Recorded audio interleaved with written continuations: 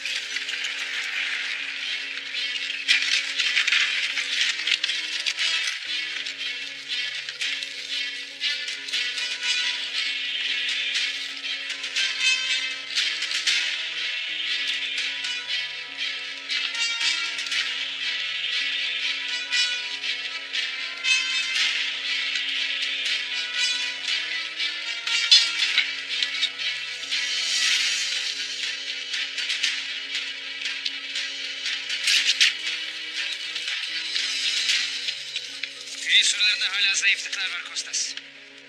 Unutma, Ertuğrul bize cepheden değil en zayıf olduğumuz yerden saldıracak. Hazırlıklarımız 10 güne kadar biter efendim. 10 gün çok Kostas. Karacahisar düşerse Nikya da düşer. 3 gün. 3 gün içerisinde bütün hazırlıklar tamamlanacak. Gerekirse meşaleler yakın, geceyi gündüze çevirin, ustalar durmadan çalışsın. Emredersiniz efendim.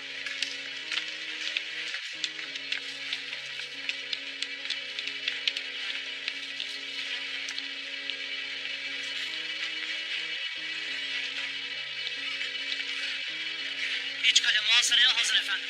Surlara yer kazanlarını ve büyük yerleri yerleştir. Demirciler de kılıç ve ok üretmeye devam ediyorlar. Güzel. Hazırlıklara devam edin.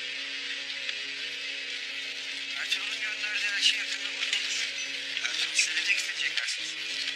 Ertuğrul elçisini göndererek sadece savaş geleneğini yerine getiriyor Kostas. Söyleyeceğim hiçbir şey dinlemeyecektir. O beni ve kalemi kuşattığını zannediyor. Ama ben onu çoktan etrafına sardım bile Kostas. Ona yapabileceklerinden haberi yok. Bırak kendini kandırmaya devam etsin. Bir gizli geçidimiz olduğunu bile bilmiyor. Bu surlarımıza hücum ederken biz gizli geçitten çıkıp arkadan ona en ağır darbeyi vuracağız. Kendinden ne kadar emin olursa ona vuracağım darbe o kadar ağır gelecektir.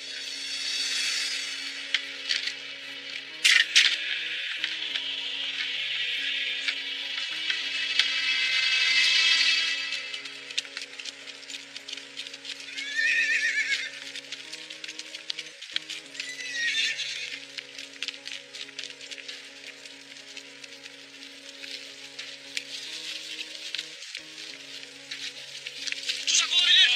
Evimizi koruyor.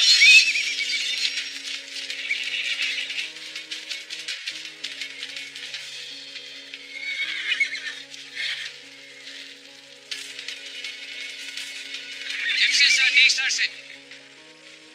Hanlı pazarın altınlarının akıbetini merak edenler var Bahadır Bey.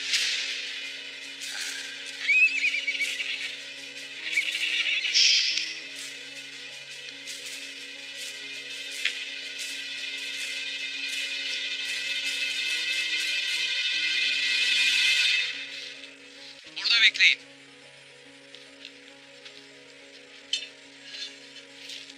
Tekfur Ares.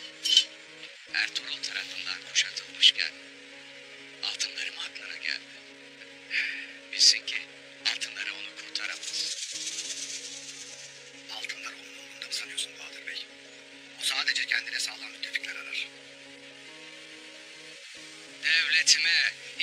etmeyeceğimi bilmez mi? Ares senden sultanına ihanet etmeni istemiyor. Ama sen de o da aynı şeyi istiyorsunuz. Ha. Ertuğrul'un kellesini. Zeki adamsın Bahadır Bey. Ertuğrul suyunu bozdu. Suyu bozulunca ticaret de bitti. Altınlarla suyunu çekti. Ares senin uçu beyliğinde, sulhünde, ticaretinde gelişip büyüyeceğini söyler.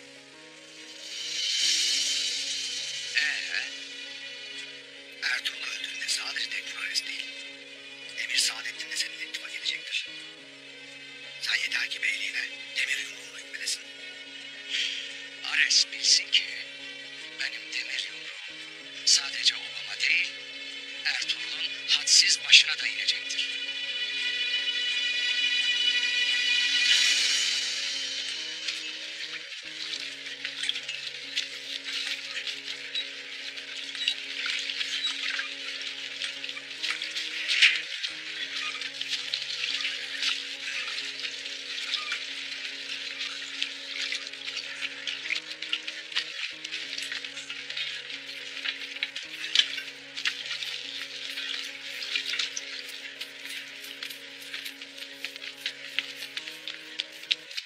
Efendim, Ertuğrul Bey'in elçisi buraya doğru yaklaşıyor. Güzel.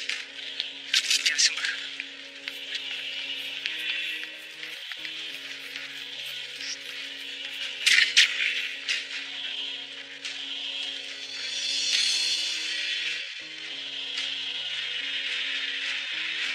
Atlar, kardeşlerim, gözünüzü dört açasınız. Bunlar tören edebilmezler, her an bir iyilik edebilirler. Ölmeden evvel üçer beşer tepelemeden şehit düşmeyelim. Merak etme Vamsı Alpaşım. İhsasınız evvelallah. Merak etme Vamsı Alpaşım. Bilirim. Yazgırlık ederlerse mümkün mertebe komutanlara tepeliyorsunuz. Askerler eşeğini kaybetmiş develer gibi ortada kalsınlar. Biz hazırız evvelallah. İyi.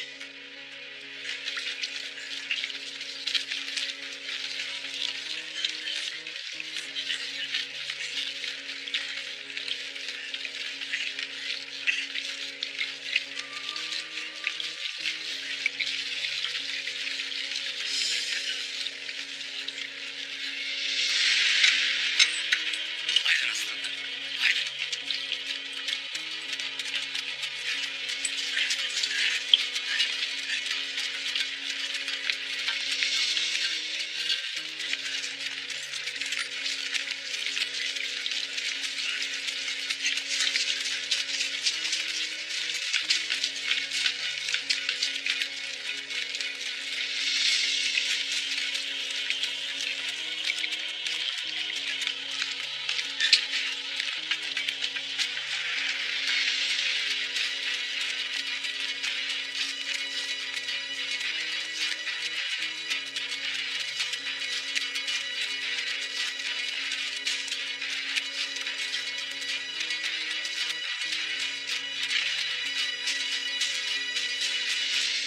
Ertuğrul Bey elçi olarak seni mi gönderdi Vamsı Alp? Bir zamanlar sulh edip el sıkıştığı Tekfur'a karşı bu ne güvensizliktir. Senin fitnelerini, fesatlarını bilir beyimiz. Bu kalede misafirim olduğunu unutma Vamsı Alp. Tekfur Ares. Gayrı bu kalede siz misafirsiniz. Kaleyi teslim etmezseniz kaçacak yeriniz olmayacaktır. Ben de Ertuğrul'u savaş geleneklerini bilen bir komutan zannederdim. Bu kahve pusularda sulhu çiğneyen sen değil miydin Ares? Beyimin kaleyi senden istemesi masum ahaliden kimse ölmesin diyedir. Eğer beyin bu savaştan vazgeçmezse iki tarafta çok can kaybedecek Vamsı Alp. Ares, gayrı senin şerrin ayyuka çıkmıştır. Ne desen boştur. Akacak kandan da, verilecek candan da pervamız yok eder. Elhamdülillah. Şimdi sen kan dökülmesini istersen, ahalinin canına şu kadarcık kıymet verirsen, kaleyi koşulsuz teslim edersin. Ertuğrul Bey'imizin tek şartı budur. Çavdar Ovası'na savaştan sonra buraya getirdiğim alplerimi Ertuğrul'un emrine vermeyeceğim. Dahası Aslan'ın Turgut'un emrine verdiği alplerimi de geri çekeceğim. Ertuğrul yalnız kalacak.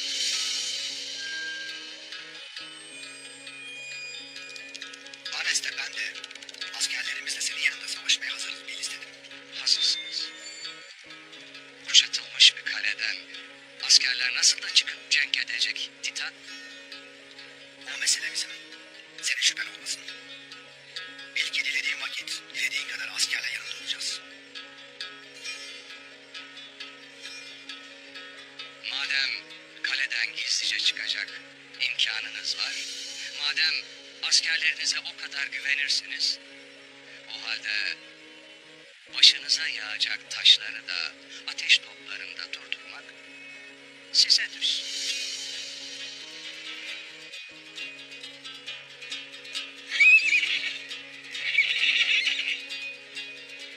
Ertuğrul kale için mancınık mı yaptırır? Evet, hem de en iyisi. Çünkü başında ben varım.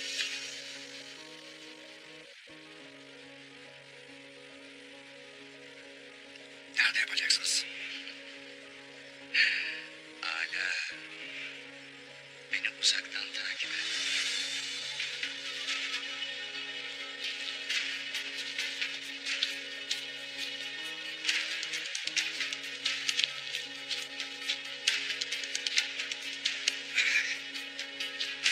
Hadi gidiyoruz.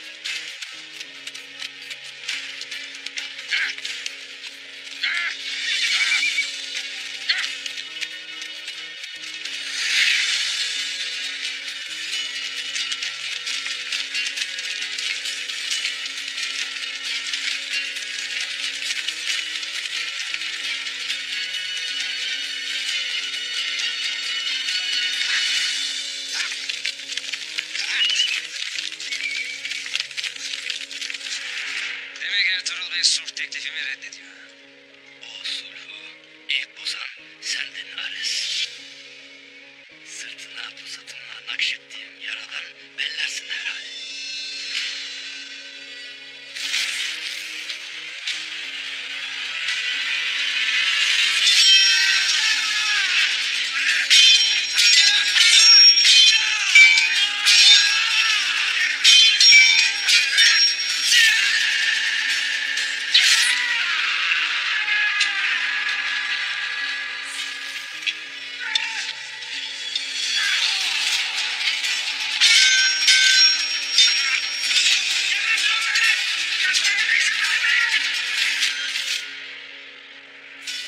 Gündüz yeğenimin gözünü kör ettiği gibi sen de sulhun gözünü kör ettin Ares.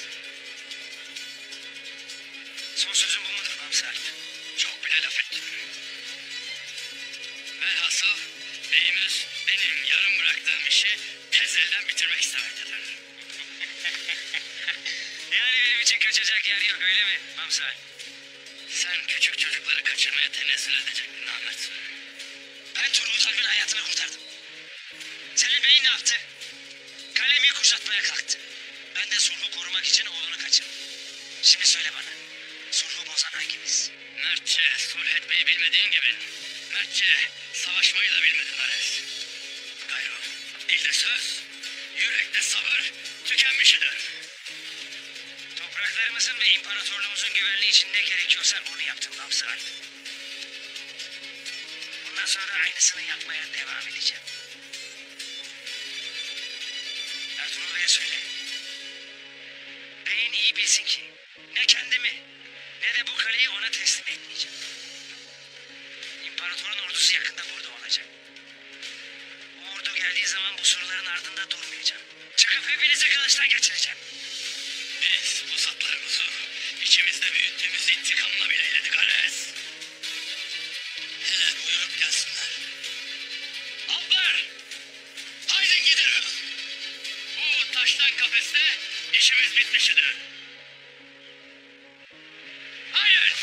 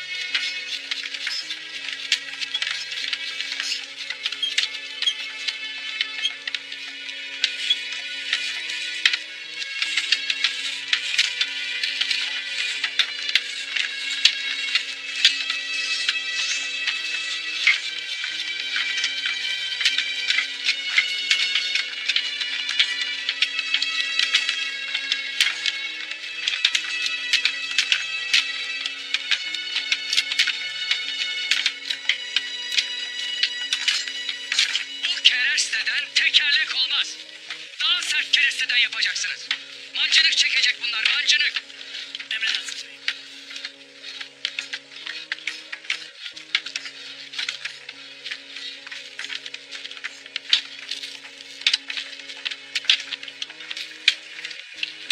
Bu ne? He? Bu ne? Bununla fırlatacağın taşla çadır bile yıkamazsın. Biz koskoca kale surları döveceğiz. Daha büyük yapın. Emredersiniz beyim.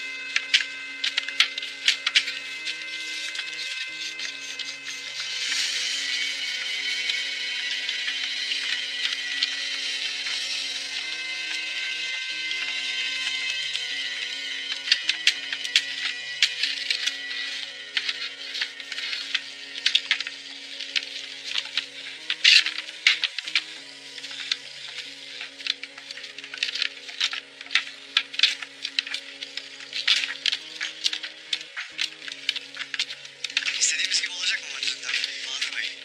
Yeterince yapabilecek miyiz? Olacak inşallah Samsa. Olacak inşallah. Mühim olan mancınığın çok olması değil. Gerekirse bir tane olsun. Lakin kaya gibi olsun.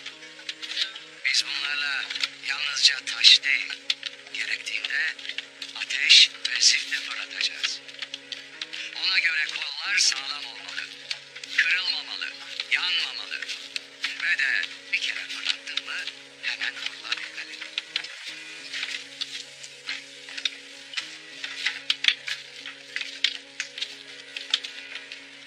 Herkes elindeki işi dediğim gibi yapacak. Her mancınık 10 harfin çekeceği kadar kuvvetli olacak. Vaktinde bitmezse vazife eksik yapılmış sayar, ona göre muamele ederim bilesiniz. Haydi iş başına.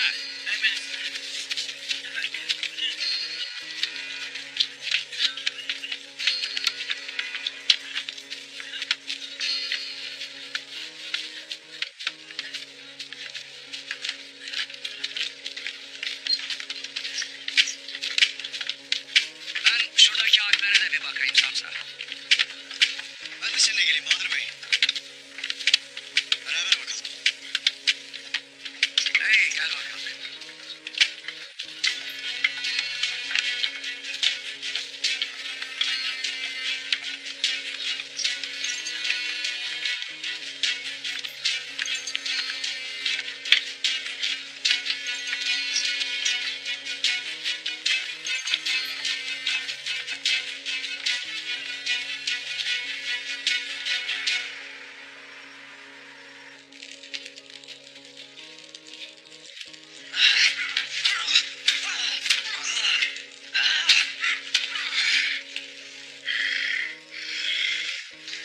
Maşallah beyim.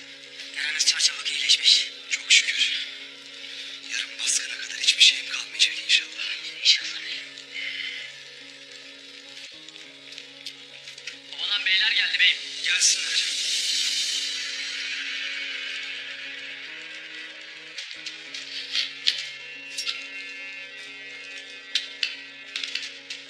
Hayrola beylerim? Bahadır Bey'den haber getirdik Sancar Bey. Ertuğrul Bey yarın kaleye baskın verecekmiş. Sancar Bey ovaya baskın için hazır olsun. Eyvallah. Varın Bahadır Bey'e deyin ki bizden yana koşulsu olmasın. Bundan gayrı obada, otağı da kendinin bilsin. Eyvallah beyim.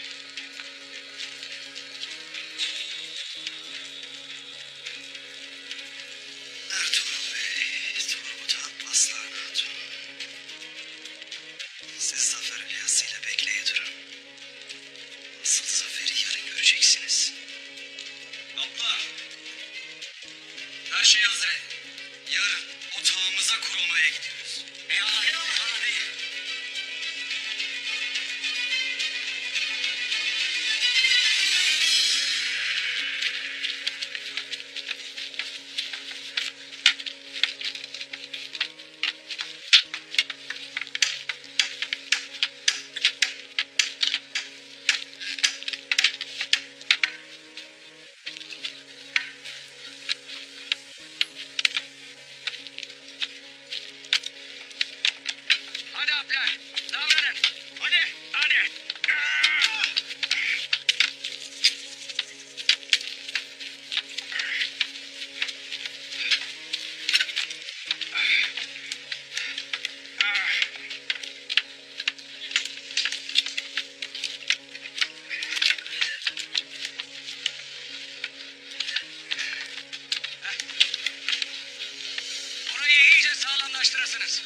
etmeyesiniz be. Ya Bahadır Bey, sen ne için uğraşırsın? Bu işleri yapacak yeterince harp vardır. Bu işe karışmazsam Alpler bunları bitiremez. Yani çalışırken görsünler ki gayretleri artsın. Gece bize uyku yoktur. Sabaha kadar çalışıp bunları bitireceğiz. Bak hele. Ver şunu. Bu koca çiviye güçlü vuracaksın.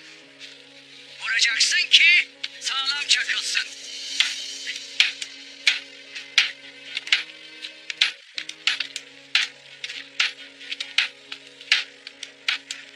Ah.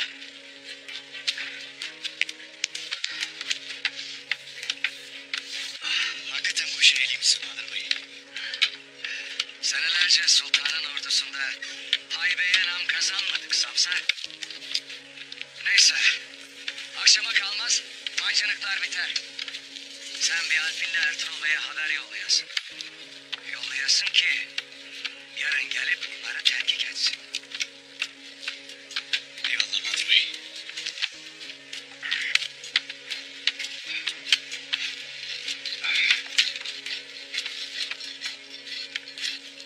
Gel bakalım Ertuğrul Bey. Gel bakalım.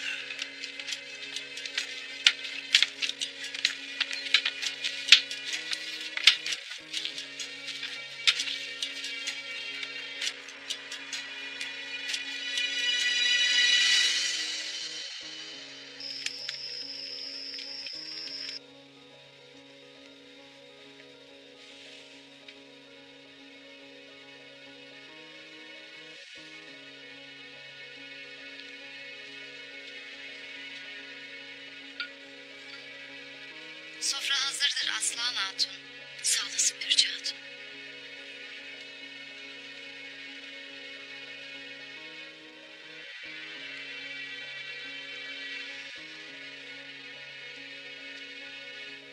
Müsaade var mıdır Aslan Hatun?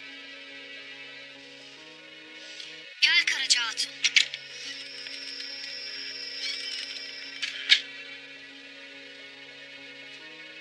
Nicedir saatini merak eder yanına gelmek isterdim.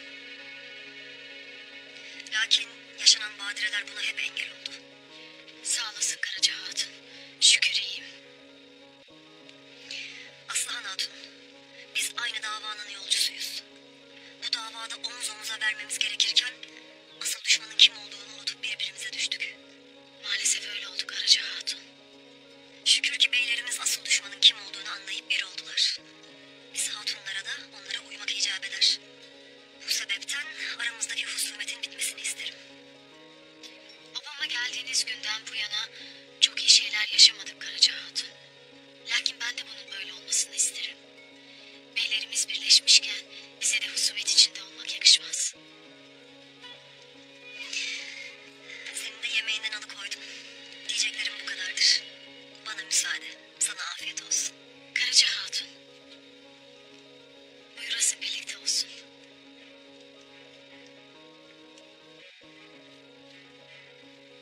Bürce Hatun. Misafirimize kaşık getiresin.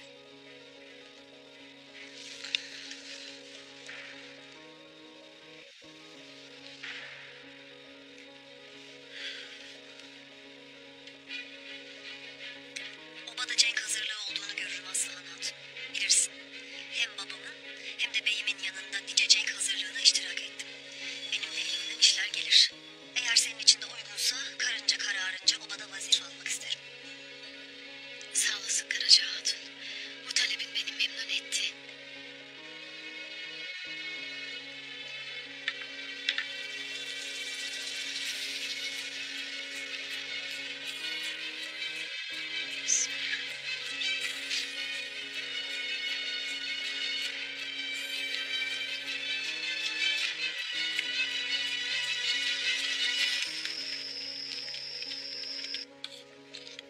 Beyim, dediklerine bir dedim.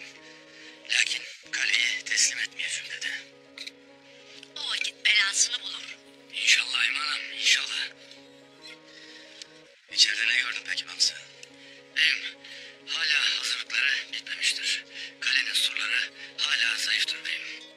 Yolun surları bile bitmediğine göre diğer taraftaki surlar iyice zayıftır derim beyim ben. Kaleye girdiğimde güney surlarının can hıraş yapıldığını fark ettim. İyi o vakit. Alplerimizi güney surlarına yönlendiririz. Eğer orada bir açık varsa işimiz daha kolay olur. Yemin olur beyim. Buyur senindir. Eyvallah.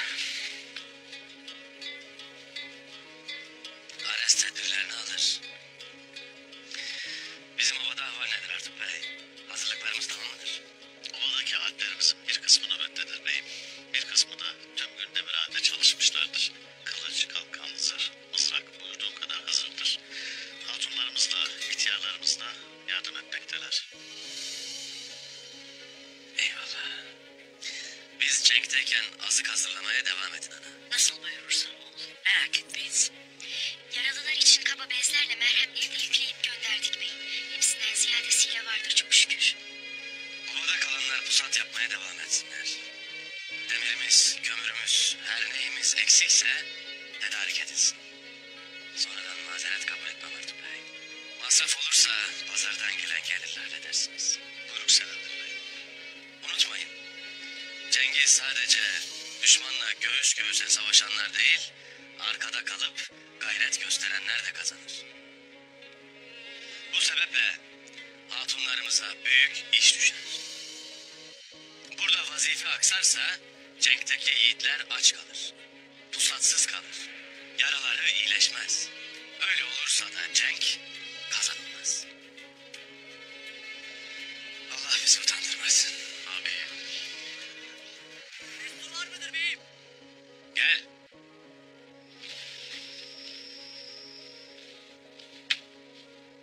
Samsar gönderdi beyim. Bahadır Bey'e sabah mancınıkları teslim edeceğini söyledi. Ertuğrul Bey dilediği vakit gelip görebilir dedi. Eyvallah. maşallah beyim. Bahadır Bey de dediği kadar hünerliymiş. Bu cenk sayesinde inşallah eğri yoldan doğru yola girer. Biz herkese doğru yola girmesi için imkan veririz Halimem. İş o ki adamın içinde doğru yola girmek olsun. Bugüne kadar eğri yolda gitmekle başına neler geldiğini gördü. Bundan gayrı doğru yola girmek istemezse kendi bilir.